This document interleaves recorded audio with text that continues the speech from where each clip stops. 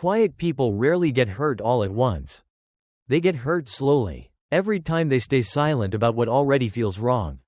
The boundary they learn too late is simple. Not everyone deserves constant access to your time, your energy, or your softness freely. Maybe no one shouted at you. Maybe no one openly betrayed you. But little by little, people began to take your quietness as permission. They interrupted you, leaned on you, expected access to you, and assumed you would keep understanding. And because you hate conflict, you kept telling yourself it was not serious enough to address. But that is how many quiet people lose themselves. Not through one dramatic wound, but through small moments of self-betrayal repeated for too long, until exhaustion starts speaking louder than their voice ever did. This is not about becoming cold.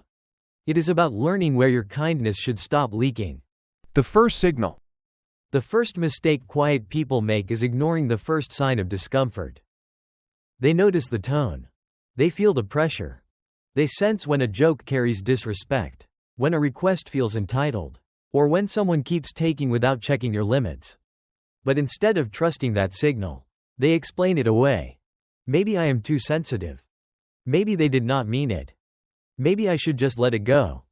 That moment matters more than it seems. Because discomfort is not weakness. It is information. It is your inner self telling you that something is crossing a line. When you keep dismissing that message, you train yourself to stay available to what drains you. And over time, the real damage is not only what others do. It is how often you teach yourself not to listen when your own peace says no. When kindness loses its limit. The second mistake is confusing kindness with access. Quiet people are often thoughtful, patient, and emotionally aware. Because of that, others begin to treat them like an always open space. Someone can unload on them without asking. Someone can expect instant replies, emotional labor, or endless understanding. And because quiet people do not want to seem rude, they keep giving. But kindness is not the same as being endlessly reachable. Maturity does not mean everyone gets full access to your attention. Some people only like your softness because it makes them comfortable. The lesson here is hard but freeing. Being a good person does not require permanent availability. The moment your kindness becomes a doorway with no lock, self-respect starts quietly leaving the room. And the longer this continues, the more your silence gets mistaken for permission. Not everyone who needs your calm has earned a place inside it. The cost of staying silent too long. The third mistake is waiting too long to be honest. Quiet people often stay silent because they want to keep things calm. They think one uncomfortable conversation might create tension, so they avoid it. But what they avoid early returns later in a heavier form. A small boundary that could have been spoken gently turns into resentment, distance, and emotional shutdown. This is why many quiet people seem fine until they suddenly pull away. The truth is, they are not reacting suddenly. They are reacting late. They have been carrying invisible irritation for weeks or months. When honesty is delayed too long, it no longer comes out clean. It comes out cold. It comes out tired. It comes out after trust has already been damaged inside, and after warmth has already started turning into withdrawal. That is why delayed truth often sounds harsher than early honesty ever would. The real boundary. The real boundary quiet people learn too late is not just how to say no. It is how to trust their own discomfort sooner.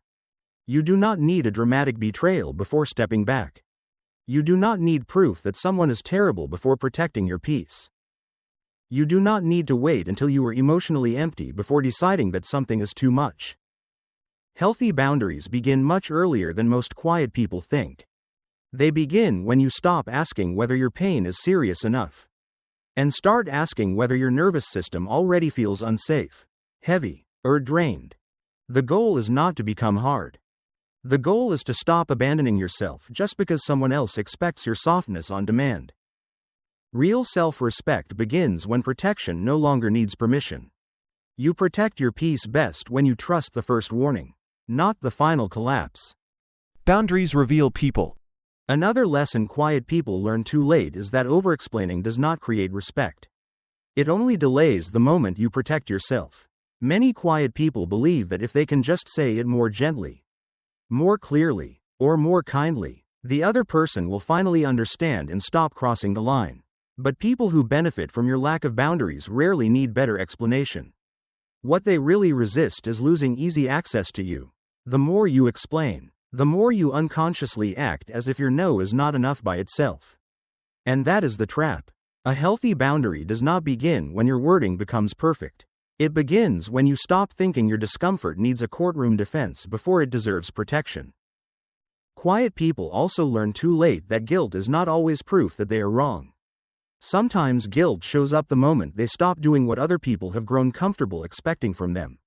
You feel guilty for replying later, guilty for saying no, guilty for pulling back, guilty for not being as available, soft, or understanding as before. But that guilt often comes from conditioning, not conscience. It comes from years of training yourself to keep peace by abandoning your own limits first. So when you finally protect your energy, your body reacts as if you have done something bad, even when you have done something healthy. Not every uncomfortable feeling is a warning. Sometimes it is simply the pain of breaking an old pattern that was slowly breaking you. And maybe the deepest lesson is this: the right people will not punish you for having limits. They may not understand everything immediately, but they will not shame you for needing space, silence, rest, or emotional distance. This matters because quiet people often stay confused for too long around those who only like them when they're easy to access. Boundaries bring clarity. They show you who respects your humanity and who only enjoyed your availability. They reveal who can stay gentle with you when you are no longer endlessly open. That is why boundaries are not just protection. They are revelation. They help quiet people stop guessing, stop overexplaining, and stop carrying guilt around relationships that were only peaceful as long as they kept betraying themselves inside them. Boundaries reveal the truth and free them from confusion, guilt, and exhaustion. If you are quiet, your deepest lesson may not be learning how to speak louder. It may be learning how to leave sooner, pause sooner, decline sooner, and trust yourself sooner. Because peace is not kept by endless tolerance. Peace is kept when your inner life is no longer treated as public property. And that boundary, learned in time, can save you from becoming emotionally exhausted in silence. The people who truly respect you will not need your exhaustion to understand your limits. You do not have to wait until you feel completely broken to admit that something has been too heavy for too long. If this spoke to something you have been carrying in silence, leave a quiet boundary in the comments.